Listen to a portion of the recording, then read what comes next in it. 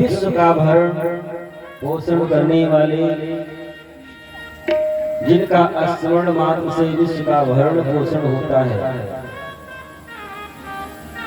और ये भगवान विष्णु के अवतार माने जाते हैं, क्योंकि विष्णु का काम है जगत का भरण पोषण पालन पोषण करना। और दूसरी बात,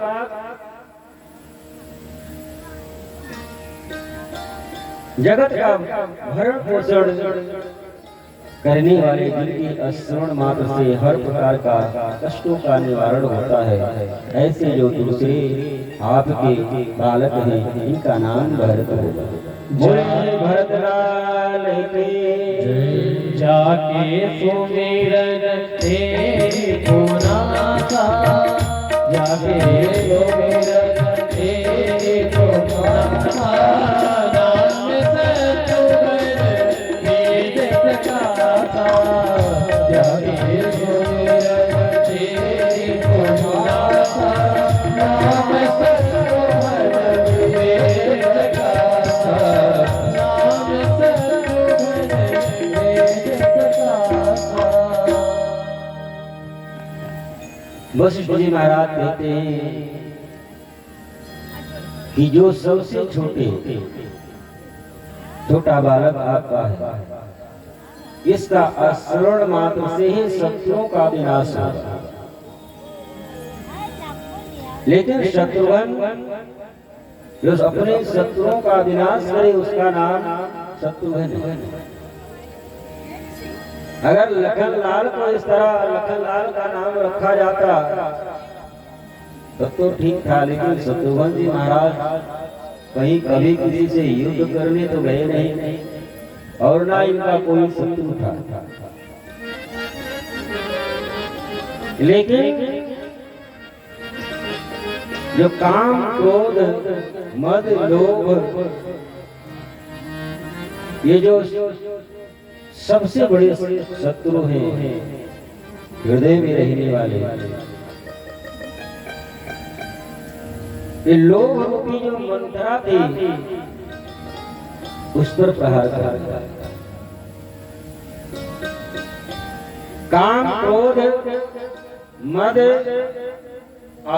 और लोभ, इन चार शत्रु जो आंतरिक हर मानव में रहते हैं, उनमें सबसे खतरनाक लोभ ही होता है।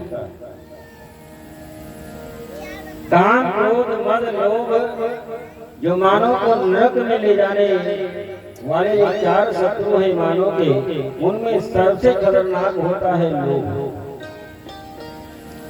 लोभ के कारण ही मानव के जो तीन शत्रु हैं अपने आप आ जाते हैं। कोई वस्तु कोई देखा, लालच मन में आई, इसको हमको प्राप्त करना है, लोभ मन में आया और वो प्राप्त न हो पाया तो क्रोध आ गया, और वो वस्तु आसानी से प्राप्त हो गए तो मद हो गया।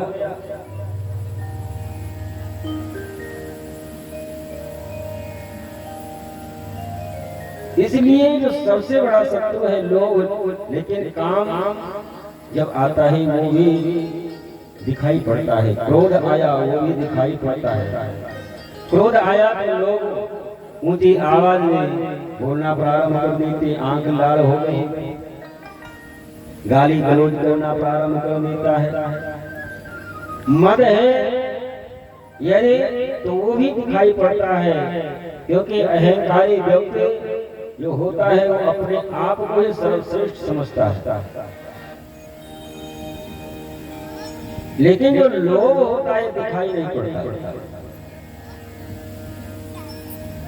और ये लोभ ऐसा शत्रु है जो कभी समाप्त होने वाला नहीं।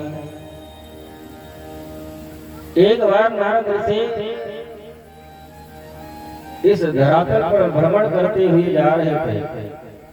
रास्ते में बैठे हुए एक भिखारी को देखा। भिखारी को देख करके संत नारद के हृदय में दया आ गई। नारद उस भिखारी से कहे कि भैया इस चौराहे पर बैठे रहते हो, कुछ मिल जाता है जिससे परिवार का पालन पोषण हो सके। उसने कहा कि महाराज और कोई साधन है नहीं परिवार चलाने के लिए, ये हमारे कुल परंपरा से चला आया। हमारे आजा बाबा हमारे पिता भी यही काम करते थे, चौराहे पर दिन भर बैठ करके भीख मांगते थे और शाम तक खाने भर का मिल जाता था। तो नारद जी को उस भिखारी को देख करके दया आ गई। नारद जी एक पत्र कुबेर के लिए लिखे और उस भिखारी से कहे ये कुबेर को पत्र लिख करके दे रहा हूँ और ये पत्र लेकर के अलकापुरी कुबेर के पास चले जाओ और तुमको धन संपत्ति दे देंगे, लेकर के आना, अपना कोई काम धंधा बिजनेस कर लेना, बढ़िया सुंदर ढंग से अपना कमाना खाना। वो भिखारी नारद जी के द्वारा दिया हुआ पत्र लेकर के अलकापुरी कुबेर के यहाँ पहुंचे। कुबेर को पत्र दिया, नारद जी के द्वारा लिखा हुआ पत्र कुबेर देख करके उस भिखारी को जितना धन संपत्ति चाहिए देना है पत्र पढ़े और कुबेर अपने सेवकों को आदेश देते हैं कि भिखारी को लेकर के जाओ, खजाना खोल करके और जितनी इसकी आवश्यकता है इसको दे दो। कुबेर के सेवक उस भिखारी को लेकर के गए, खजाना खोले, उसके पास में एक कमंडल था और खजाने से हीरा मणि जेवरात निकाल करके उस कमंडल में डालते गए। सुबह से शाम हो गई, एक खजाना खाली हो गया, लेकिन उस भिखारी का कमंडल नहीं भरा। दूसरे दिन दूसरे खजाने में नंबर लगा। कुबेर के सेवक उसके कमंडल में हीरा मणि जेवरात भरते गए। सुबह से शाम हो गई, खजाना तो खाली हो गया, लेकिन उस भिखारी का कमंडल खाली का खाली ही रहा। तीसरे दिन तीसरे खजाने में नंबर लगा। कुबेर मन में विचार करने लगे कि यदि मैं अपना एक खजाना खोल दूं तो तीनों लोगों के लोग हर प्रकार से सुखी संपन्न हो जाए, लेकिन इसके कमंडल, छोटा सा कमंडल, इस कमंडल में कौन सा ऐसा जादू है कि आज हमारा तीसरा खजाना भी खाली होने वाला है, लेकिन उसका कमंडल खाली का खाली है, भरा ही नहीं। इधर नारद जी भी उसी रास्ते से होकर के निकले जहाँ पर भिखारी बैठता था। नारद जी में विचार करने लगे कि भिखारी केले में पत्र लिखा था, कुबेर के यहाँ गया, उसको मिल गया होगा, कहीं अपना धंधा बिजनेस कर लिया होगा, लेकिन चल करके कुबेर को कम से कम धन्यवाद तो दे दूं। इस भावना से नारद जी कुबेर के यहाँ पहुँचे। कुबेर नारद जी को देख करके उनके चरणों में साष्टांग लेट करके प्रणाम करने लगा। नारद जी ने कहा क्या हुआ? अरे महाराज, कम से कम पत्र जब लिखा करो तो सोच समझ करके लिखा करो। क्यों? अरे जिस भिखारी के लिए आपने पत्र लिखा था, उस भिखारी के कमंडल में 2 खजाने खाली हो गए भरने के लिए, तीसरा खाली होने वाला है, लेकिन उसका कमंडल अभी खाली का खाली है। नारद जी ने कहा चलो देखें। तो नारद जी जब आए और उस भिखारी का कमंडल लिए और कमंडल पलट करके जब नारद जी ने देखा तो कुबेर से नारद जी ने कहा कि इस कमंडल को तुम्हारे जैसे 1000 कुबेर आ जाए तब भी नहीं भर पाएंगे। इस भिखारी के कमंडल को तुम्हारे जैसे 1000 कुबेर आ जाए तब भी नहीं भर पाएंगे। कुबेर ने कहा महाराज क्यों? क्योंकि इसके कमंडल में नीचे मानव की खोपड़ी लगा है। कमंडल में मानव की खोपड़ी लगी है, तो मानव की खोपड़ी कभी भरने वाली नहीं है। जिसके पास 1000 है वो लाख की कामना करता है, जिसके पास में लाख है करोड़ की कामना करता है, करोड़ वाला अरब की कामना करता है, जिसके पास में अरबों की संपत्ति है वो चाहता है कि पूरा देश ही हमारा हो। क्योंकि ये मानव की खोपड़ी कभी भरने वाली नहीं है, और ये लोग इतना बड़ा होता है, जितना करते चले जाओ उतना ही बढ़ता चला जाता है। तो बाबा गोस्वामी तुलसीदास जी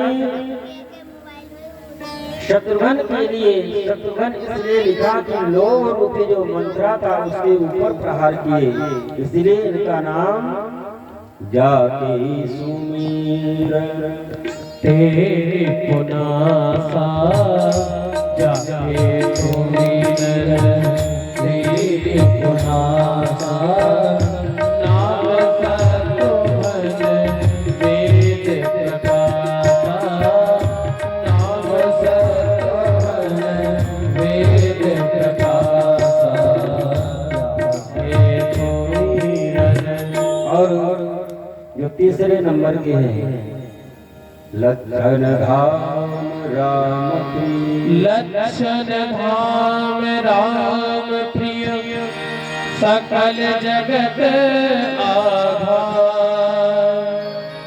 गुरु वशिष्ठ तेहि राखा लक्ष्मण नाम उदार लक्ष्मण नाम उदार ओ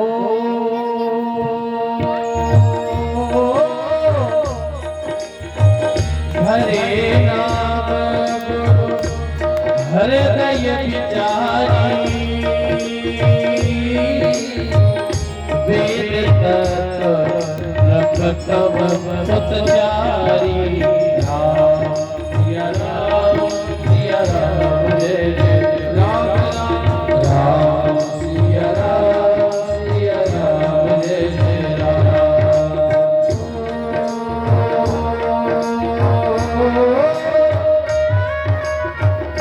हरे नाम गुरु हृदय विचारी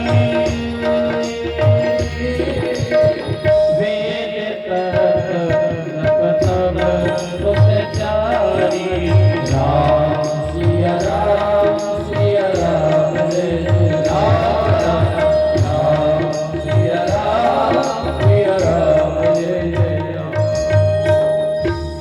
वशिष्ठ जी महाराज कहते हैं कि जिनका एक ही लक्ष्य है राम जी के चरणों की सेवा करना, जो राम जी की साया बन करके, राम जी की परछाई बन करके, जो आजीवन केवल उनका एक ही लक्ष्य राम के चरणों की सेवा करना, इसलिए इनका नाम लक्ष्मण हो। और वास्तव में लक्ष्मण जी राम जी से कभी अलग नहीं थे। जब छोटी अवस्था में थे तो राम जी को और लखन लाल जी को एक ही पालने में लेटाया जाता था। यदि राम जी के पालने से लखन लाल जी को थोड़ी देर के लिए भी अलग कर दें तो पूरे महल में तहलका मचा देते थे। इतना रोते थे, इतना रोते चिल्लाते थे कि महल में रहने वाले त्रास खाते थे। राम जी को लिटाते थे, राम जी के चरणों में लखनलाल जी का सर होता था और लखनलाल जी राम जी के अंगूठे को अपने मुंह में लेकर के पीते पीते सो जाते।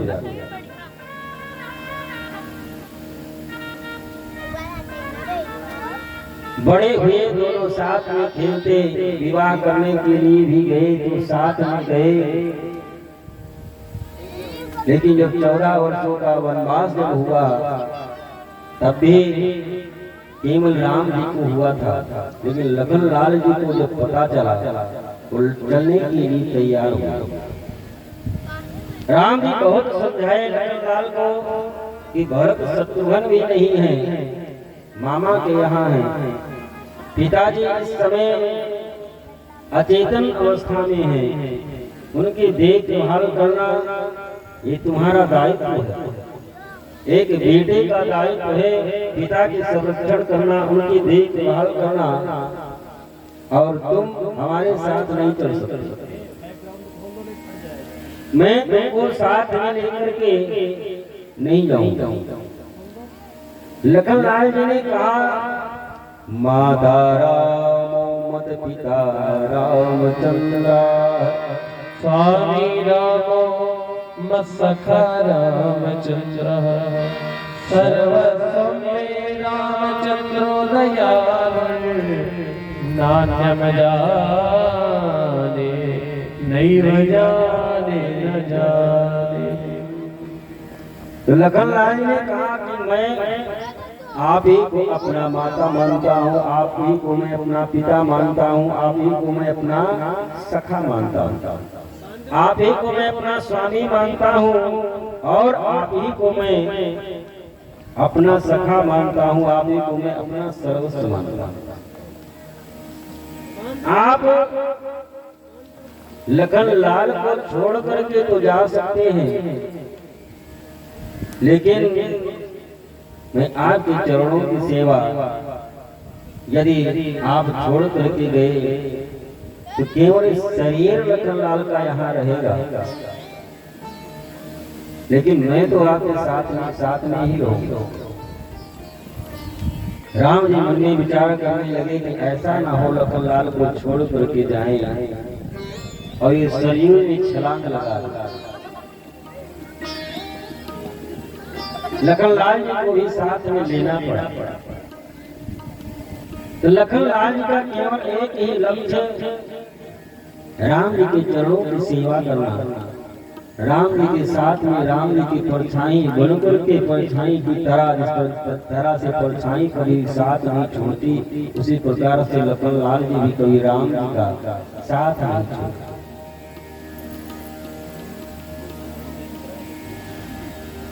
और ये राम कथा और राम जी का अवतरण इस धरातल पर धर्म की स्थापना करने के लिए ही तो हुआ कि किस प्रकार से एक भाई का संबंध होना चाहिए, किस प्रकार से एक बाप बेटे का संबंध होना चाहिए। चक्रवर्ती सम्राट महाराज दशरथ का साम्राज्य इतना बड़ा है कि सूर्य उदय से लेकर के सूर्य अस्त तक साम्राज्य है। इतना बड़ा साम्राज्य, छोटा मोटा राज्य नहीं था चक्रवर्ती सम्राट महाराज दशरथ का। और इतनी धन संपत्ति वैभव था कि उनकी संपत्ति को देख करके, उनके वैभव को देख करके कुबेर भी लज्जित हो जाता। लेकिन उस साम्राज्य को एक गेंद की तरह भरतलाल जी राम की तरफ उछालते हैं और राम जी भरत की तरफ उछालते हैं, नहीं राजा आप बनेंगे। भरत कहते हैं कि नहीं राजा आप बनेंगे।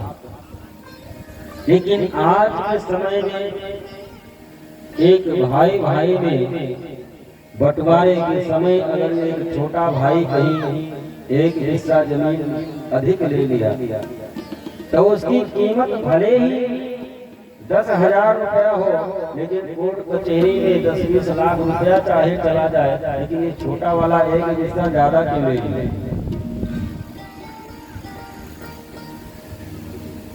राम जी को धरातल पर आने के केवल मुख्य यही कारण था, यही धर्म की स्थापना करना कि एक भाई का संबंध, एक पिता और बेटे का संबंध कैसे होना। बाकी रावण कुंभकर्ण उस परमात्मा के लिए एक मच्छर के समान, मृग विलास श्रेष्ठ रहे हुए जितनी देर में आके पलक उठते गिरती है, वो ब्रह्म चाहे तो संपूर्ण सृष्टि को समाप्त कर सकता है। ये रावण कुंभकर्ण कंस हिरण्याकश्यप उस ब्रह्म के लिए क्या है। उस परमात्मा को धरातल पर आने का मुख्य कारण रावणत्व जो प्रवृत्ति इस पृथ्वी पर व्याप्त हो गई थी, उस रावणत्व प्रवृत्ति को समाप्त करने के लिए उस परमात्मा को इस धरातल पर आना पड़ा।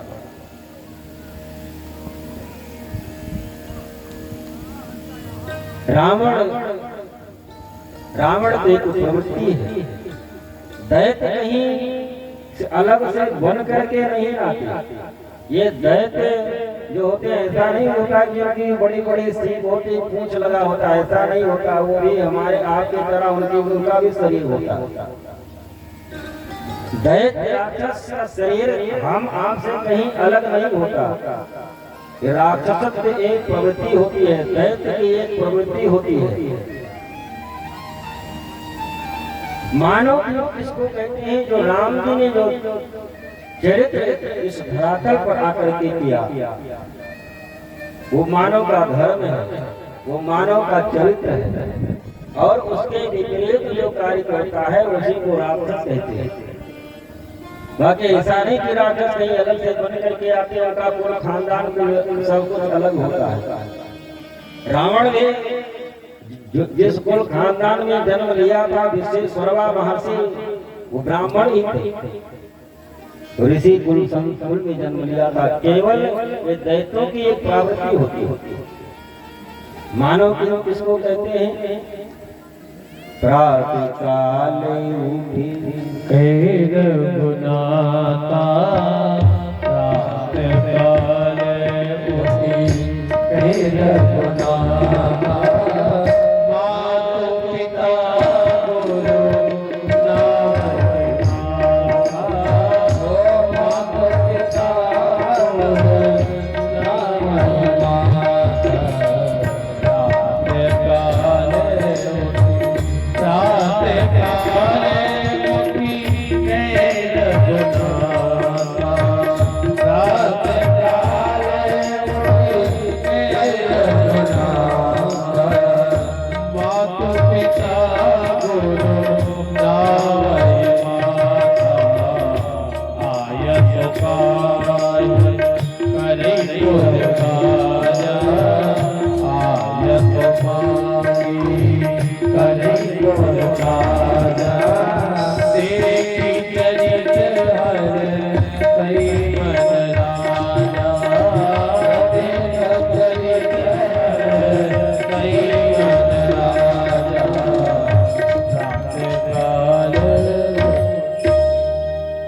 नाम सुबह उठते हैं, सबसे पहले अपने माता पिता के चरणों में प्रणाम करते हैं, अपने गुरु के चरणों में प्रणाम करते हैं। और प्रणाम करने से 4 वस्तुएं अपने आप मिल जाती हैं। प्रणाम करने में बड़ा फायदा है, लेकिन प्रणाम करने का भी एक तरीका है। दूर से पाए लागे कर देने से प्रणाम नहीं होगा। प्रणाम करने का तरीका ये है कि जिसको आप प्रणाम करें, दोनों हाथ से दोनों पैर को छुए और दाहिने हाथ से जिसको आप प्रणाम कर रहे हैं उसके पैर का अंगूठा आपके चारों उंगली से जब छू जाए तब उसको प्रणाम कहते हैं। और वो भले ही आशीर्वाद ना दे, लेकिन तब फिर भी 4 चीजें अपने आप मिल जाती हैं यदि आप प्रणाम करते हैं तो। अभिवादनशीलस्य नित्यं वृद्धोपसीविनः चत्वारि तस्य वर्धन्ते आयुर्विद्यायशो। उसको आयु, विद्या, यश और शक्ति की प्राप्ति अपने आप हो जाती है। भगवान राम सबसे पहले अपने माता पिता, अपने बड़ों के चरणों में प्रणाम करते हैं, गुरु के चरणों में प्रणाम करते हैं। और इसके बाद में पिता की आज्ञा के अनुसार अपने कार्य में लग जाते हैं। और पिता की आज्ञा का पालन भगवान राम ने इस प्रकार से किया कि चक्रवर्ती सम्राट महाराज दशरथ से कैकेयी ने वरदान मांगा, लेकिन चक्रवर्ती सम्राट महाराज दशरथ राम से ये नहीं कहे कि हम आपको आपका राज्य अभिषेक तो कर रहे थे, लेकिन अब आपकी माँ ने भरत के लिए राज मांग लिया है, आपको 14 वर्ष के लिए वनवास जाना पड़ेगा। दशरथ जी ने राम जी से नहीं कहा, लेकिन जब उनको ये पता चला कि हमारे पिता माँ को वचन दे चुके हैं 14 वर्ष वनवास जाने के लिए, तो पिता की आज्ञा, पिता के वचन को पूर्ण करने के लिए जिनको इतना बड़ा साम्राज्य मिल रहा था, सूर्य उदय से लेकर के सूर्य अस्त तक का साम्राज्य, इतने बड़े साम्राज्य को पिता के वचन को पूर्ण करने के लिए राम जी 14 वर्षों के लिए वनवास को गए। लेकिन आज कल के बेटे कैसे होते हैं? पिताजी कहते हैं भैया पूर्व जाना है काम करने के लिए, तो पिताजी कहे हैं तो इधर क्यों जाए, हम तो पश्चिम ही जाएंगे।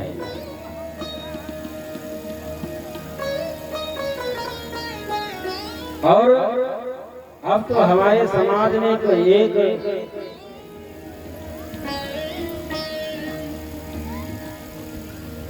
अब यहाँ से तो कुछ नहीं कह सकते,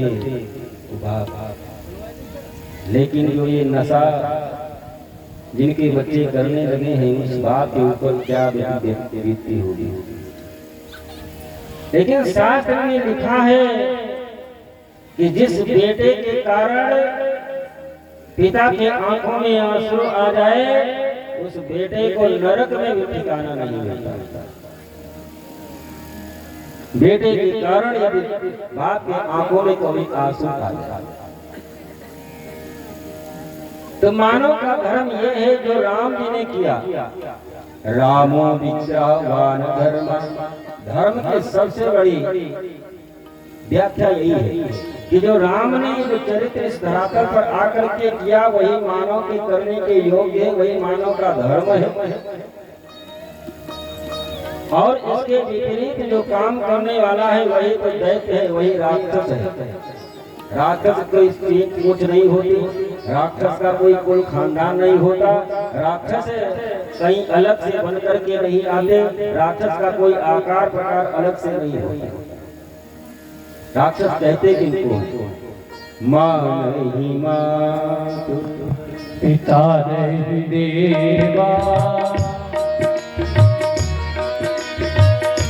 माँ नहीं माँ,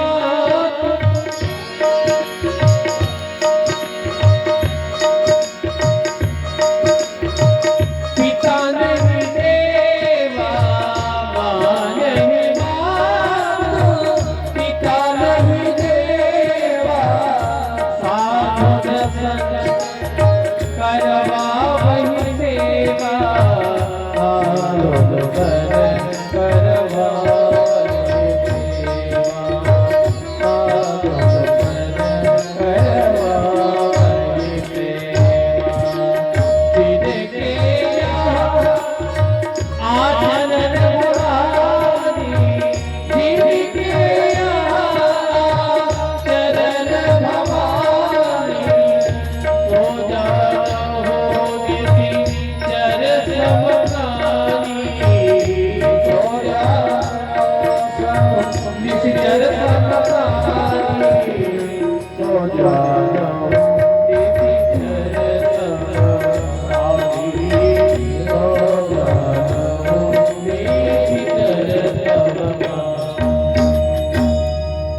जो अपने माता पिता की आज्ञा का पालन नहीं करता वो राक्षस ही है।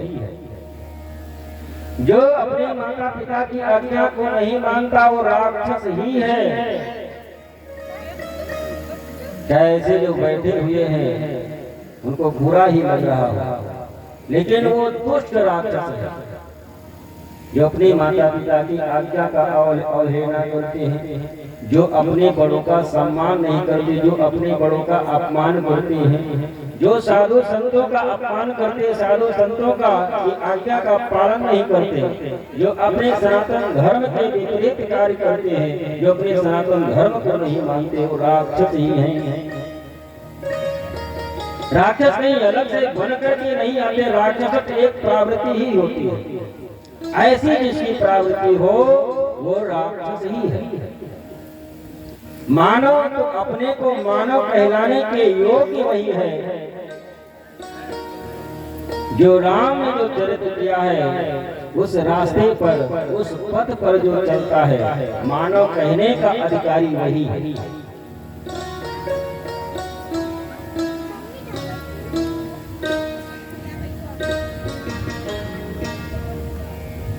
रामचरित्र ये कोई साधारण चरित्र नहीं है।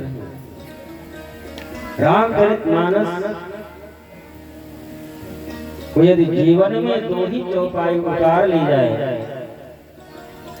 तो घर परिवार समाज सब सुधर जाएगा। संसार में सभी माताएं ये चाहती हैं कि हमको बहू सीता जैसे मिले। जितनी सास है संसार की, संसार के जितनी सास हैं सब यही चाहती हैं कि हमको बहू सीता जैसी मिले। और सभी बहन बेटियां भी चाहती हैं कि हमको सास कौशल्या जैसे मिले। लेकिन जब बहू घर में आ जाती है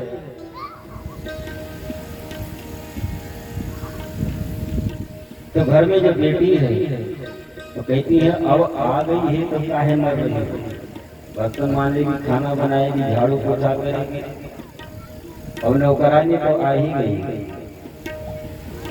घर में बहू आ गए तो अपने बेटी को ही उसके साथ में हाथ पकाने से मना करती है। उनको ये ज्ञान नहीं कि हमारी भी बेटी जैसे कि यहाँ बहू बन करके जाएगी। और ये जो बहू बन करके हमारे घर जो आई है हमसे स्नेह प्रेम तभी करेगी जब ये अपने माँ, अपने पिता, अपने भाई को छोड़ करके आई है। जब इसके माँ से अधिक स्नेह जब हम उनको इसको देंगे तब ये हमको अपनी माँ मानेगी। उसके देवर जब अपने बहन को जितना सम्मान देते हैं उसको उससे ज्यादा अधिक स्नेह प्रेम करेंगे तो वो समझेगी कि हमारे भाई। ससुर जब अपने बेटी से ज्यादा जब स्नेह देंगे बहू को तो समझेगी कि हमारे पिताजी। लेकिन होता इसका उल्टा है। आज कल की सास जब बहू घर में आ गए तो उसको सांस लेना ही दुश्वार कर देती है। उसको सांस लेना ही दुश्वार कर देती है। उसी का नाम है सास। और जब वो ताड़का का रूप धारण कर लेती है तो बहू भी कहती है कि आप ताड़का हैं तो मैं भी शूर्पणखा से कम नहीं हूँ। जो आप ताड़का हैं तो मैं भी शूर्पणखा से कम नहीं हूँ। यदि आप हमारी माँ बनते तो मैं भी आपको अपनी सासू माँ मानता।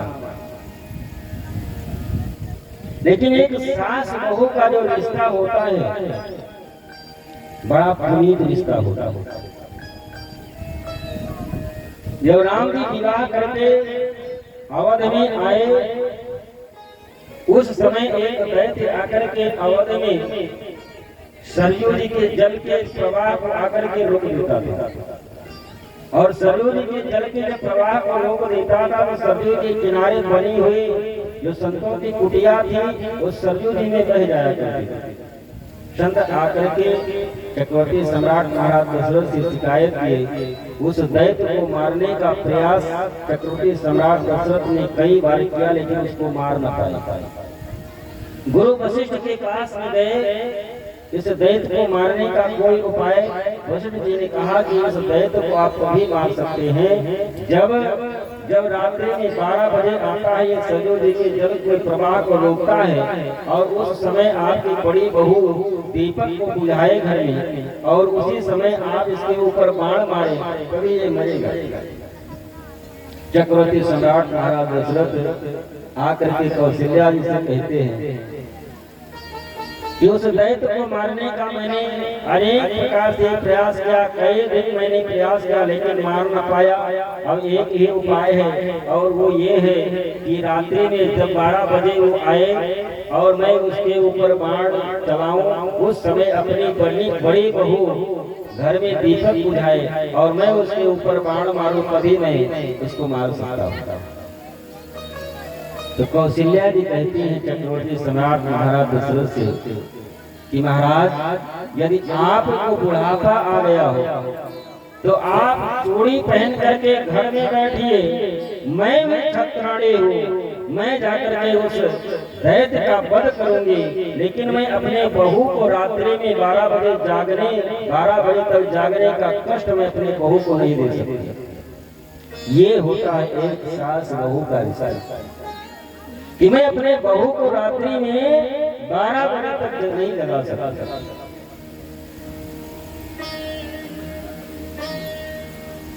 कथा क्यों सुनी जाती है? राम कथा, भागवत कथा इसीलिए कि हमारे परिवार में सुख शांति समृद्धि बनी रहे। घर में जो सुख शांति ही नहीं है तो कितना भी पूजा पाठ करते रहिए, कितना भी तीर्थ यात्रा करते रहिए, और घर में सुख शांति नहीं है तो उस पूजा पाठ तीर्थ यात्रा करने का मतलब ही क्या है?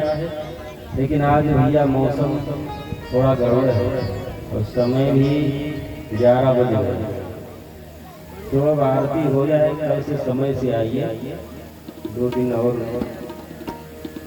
जो समय बचा है उसका सदुपयोग कर लीजिए।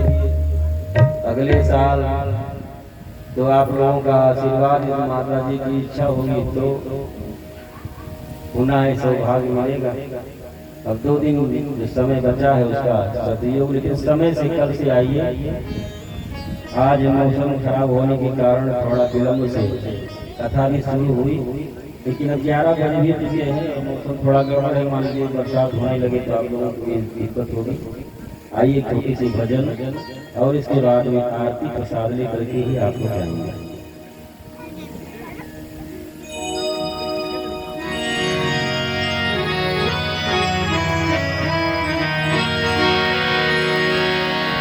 मैंने बांध लिया प्रेम वाला कंगना, आओ आओ हरि जी मोरे अंगना, आओ आओ हरि जी मोरे अंगना।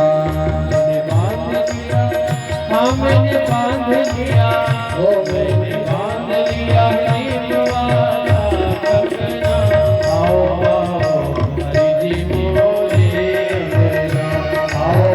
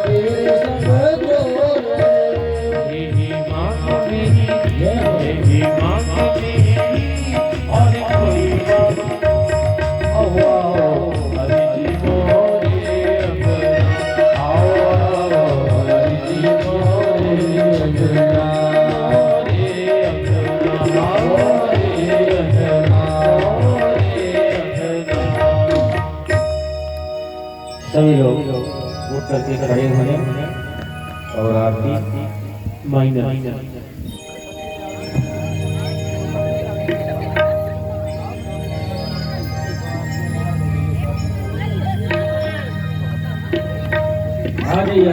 आप लोग भी आरती कर लिए। पहले बारी बारी बारी बारी से पता नहीं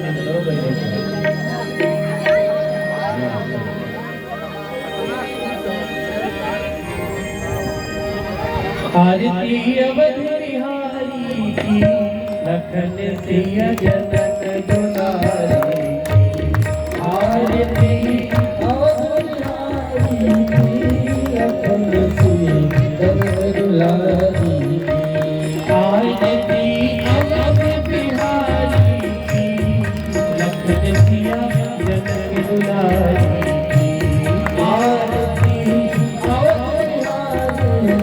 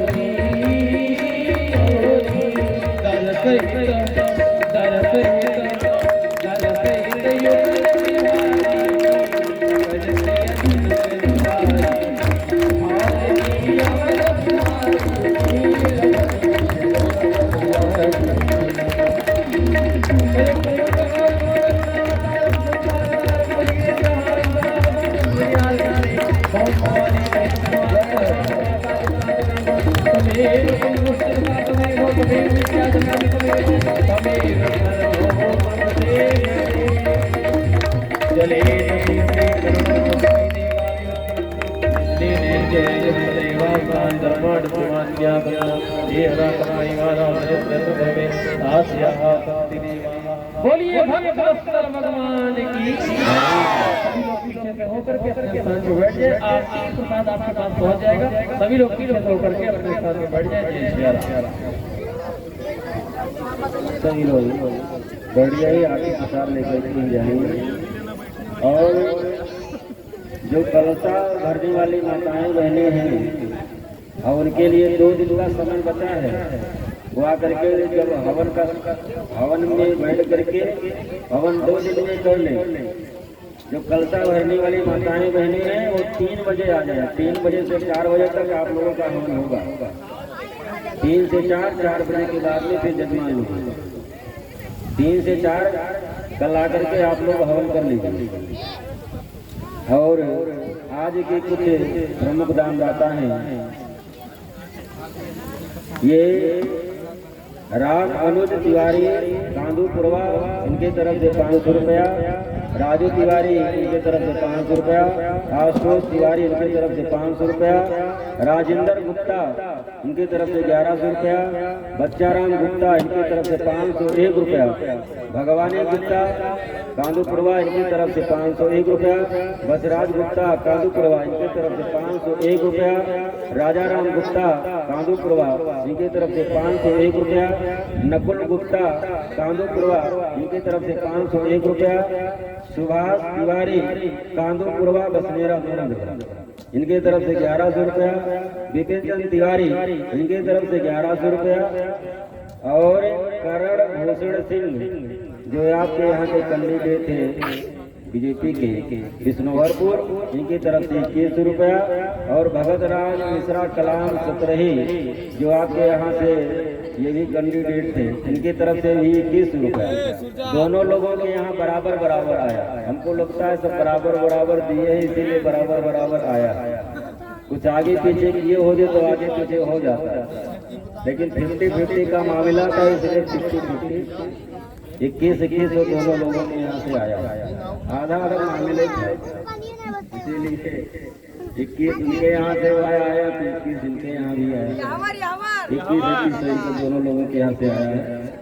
चेदी राम तिवारी बसनेरा इनके तरफ से 500 रुपया, राधा रमण तिवारी बसनेरा इनकी तरफ से 500 रुपया, रविंद्र नाथ तिवारी बसनेरा इनकी तरफ से 500 रुपया, रामनाथ गुप्ता बसनेरा इनकी तरफ से 500 रुपया, शिव शरण तिवारी बसनेरा इनकी तरफ से 1100 रुपया, केशवराम वर्मा बसनेरा इनकी तरफ से 201 रुपया, किशोरी लाल विश्वकर्मा बरगदही इनके तरफ से 500 रुपया और अशोक कुमार सोनी बसनेरा इनके तरफ से 4000 रुपया।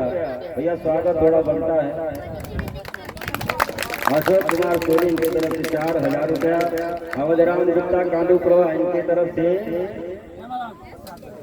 अवधराम गुप्ता कांडूपुरवा इनके तरफ से 501 रुपया और राम लक्ष्मण गुप्ता ये भी कांडूपुरवा के इनके तरफ से 551 रुपया। तो जिन लोगों का भैया अभी बाकी रह गया है वो जल्दी जल्दी अपना जो सहयोग राशि है वो जमा कर दें, क्योंकि भाई खर्चा बहुत है। और आप लोग जिस तरह से पिछले साल बढ़ चढ़ के आप लोगों ने सहयोग किया था, उससे भी अधिक जब बढ़ चढ़ करके आप इस वर्ष सहयोग देंगे तब कार्य पूर्ण हो पाएगा। और जब जिस तरह से पिछले साल सहयोग किए थे सबकी अभिलाषा बनी, पुनः इस वर्ष हुआ और इस वर्ष भी बढ़ चढ़ के जब सहयोग देंगे तो अगले साल फिर कार्यक्रम हो जाएगा। और जो माताएं बहने हैं वो कल सब आ जाएं 3 बजे से 4 बजे तक आप लोगों का हवन और 4 बजे के बाद में फिर यजमान का, इसलिए सब 3 बजे आ जाएं। और साकल जैसे बताए थे उसी तरह से बनाना, नहीं होगा तो यहाँ मिल जाएगा। जितना तिल रहेगा तिल का आधा चावल, जितना ये मान लीजिए 1 किलो तिल है तो आधा किलो चावल, और जौ की मात्रा रहेगी 250 ग्राम, और उसमें मेवा गुड़ घी इत्यादि मिला करके लेकर के आएंगे। और नहीं होगा तो आकर के यहाँ आ जाइएगा, साकल मिल जाएगी। उल्टा सीधा मत मिलाइएगा, ज़्यादा चावल ज़्यादा जौ नहीं रहना चाहिए। जितना ज़्यादा चावल जौ जितना ज़्यादा अधिक होगा उतने ज़्यादा दरिद्रता आएगी घर में। हाँ, ये जौ ज़्यादा ना डालें, सबसे कम जौ रहे। 3 बजे आप लोग आ जाए। जे ना सब बताए तो सके सही तो उनका अबे की। हाँ तो कहे कि उनका बताइए नहीं। हाँ तो सखी सहेली से ये करे सबका बताए जो कि कौन बाबा बनाएगी।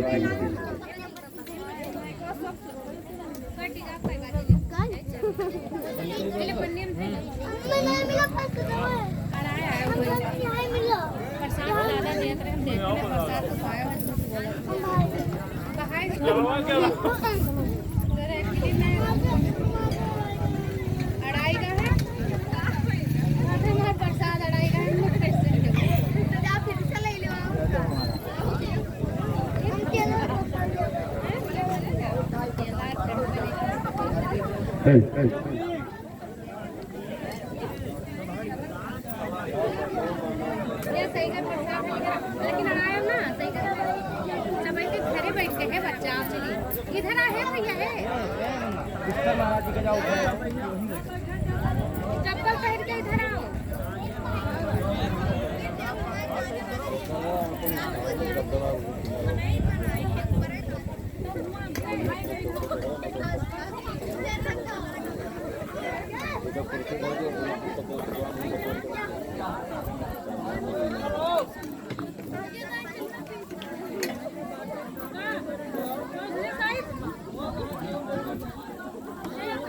चलो चाची करते हैं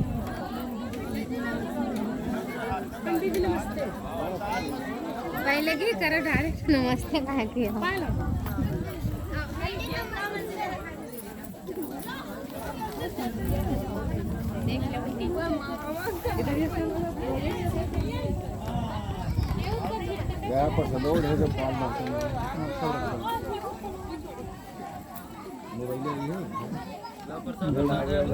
वीडियो बंद होना है, चलो।